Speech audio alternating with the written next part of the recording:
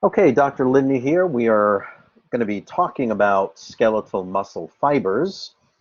Um, when we talk about skeletal muscle fibers, you are going to be hearing a few terms. So you'll probably want to write down slow twitch fibers.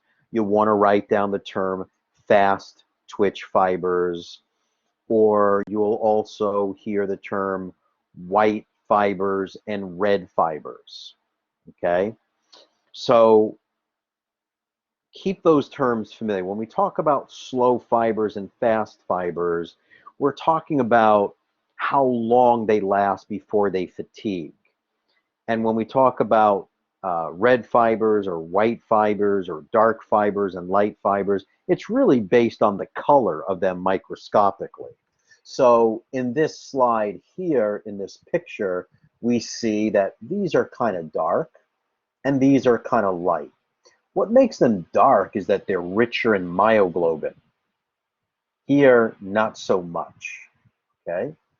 So fast fibers are going to contract very quickly. They have large diameters. They're large glycogen reserves. Remember, glycogen is glucose in storage. Glucose in storage is called glycogen. Has few mitochondria. So they contract fast.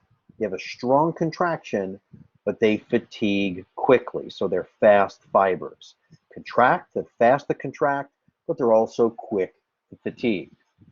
These are power lifters, right? They can't go for the long run, not the best endurance. They can't run marathons, but they're strong as anything, okay? When we talk about slow fibers, now we're talking about a muscle's ability of these fibers to slowly contract, slow to fatigue. They're smaller in diameter, but they have many, much more mitochondria.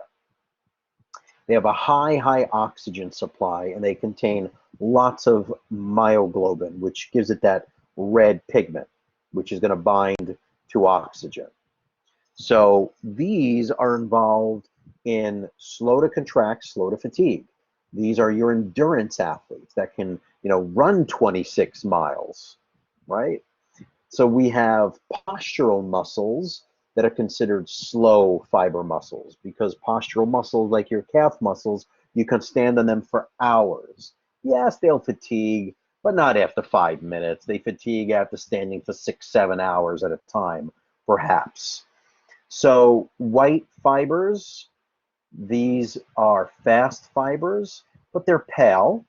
We've seen this in the breast of a chicken. Whereas the red muscle fibers, these are slower to exhaust or to tire or fatigue. We see this in chickens. This is the dark meat, right? So when you think of Thanksgiving time, there's always that debate. If you celebrate using turkey, some say, well, do you like the dark meat or do you prefer the white meat? The dark meat is more nourishing. It has more vitamins, more minerals, more cholesterol. It's healthier. It's more nourishing than the white meat, the pale meat. Okay? Chickens and turkeys are running around using their legs, right? They're not using their flapping wings to fly in the air. So these are going to have more blood, more mitochondria. These are the red muscles. And humans, we can have mixed fibers. We have a balance of both, so our muscles appear to be pink. Okay, so this is example of fast twitch fibers. We find these in the eyes. We know that if you read and your eyes are constantly reading a book, you can fatigue, get tired, and fall asleep. The slow twitch fibers, like some of these postural muscles within the calf, between the gastrocnemius and the soleus and the plantaris, these are slow fibers. You're not going to fatigue easily with those.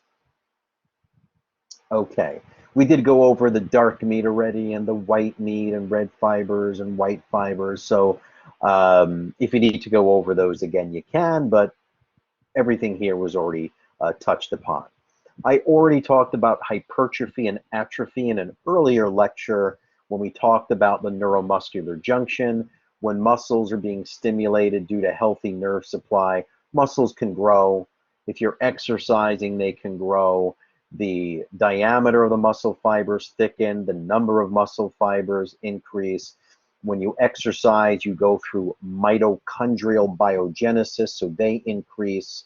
Um, this is hypertrophy.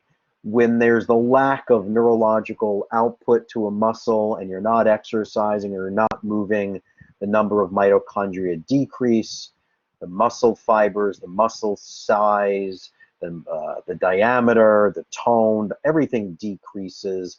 The lack of muscle activity and tone when it wastes away is called atrophy. As people get older, there is a natural amount of atrophy that takes place. It's typically referred to as sarcopenia, but between the age of 30 and 50 years of age, about 10% of muscle tissue is replaced by fibrous connective tissue and fat tissue. Between the ages of 50 and 80 years of age, 40% of our muscle tissue is replaced. So muscle strength and flexibility tend to decrease. Reflexes become a little bit slower, and the slow oxidative fibers numbers, those increase. This is why it's really important to keep your brain active, to always keep your body in motion in some degree. Whether it's, if people get older and they have arthritis and painful joints, at least go in a pool, aquatic therapy, move your body. The movement is what drives the brain, and then the brain sends impulses out to muscles to make them stronger. So movement is really important to avoid what we call sarcopenia, which is, you could see here, the wasting of the muscles in the hand. Okay, there's supposed to be thick musculature between the metacarpals, and you're seeing muscle wasting or seeing atrophy. This is sarcopenia.